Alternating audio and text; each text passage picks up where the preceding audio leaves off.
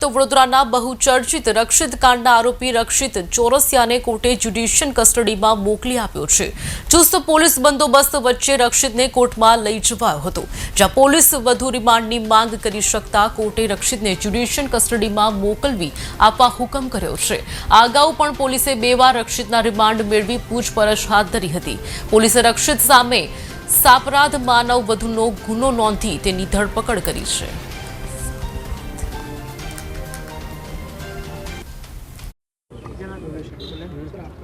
Patel role आप हाँ role further रिमांडनी मांगणी थई हती આજે નથી થઈ। શા માટે નથી?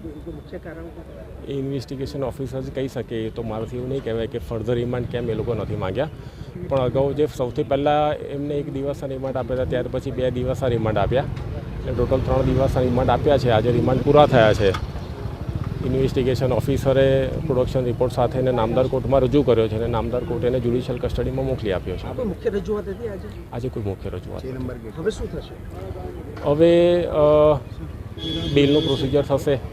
એમના રક્ષિતના એડવોકેટને એવું લાગશે કે એને બેલ ફાઇલ કરવી જેવી છે તો એ બેલ ફાઇલ કરશે ને એમાં અમે ઓબ્જેક્શન લઈ રહ્યા છીએ। અન્ય કોઈ ચર્ચિત નામ ઉમેરા? ના, અત્યારે કોઈ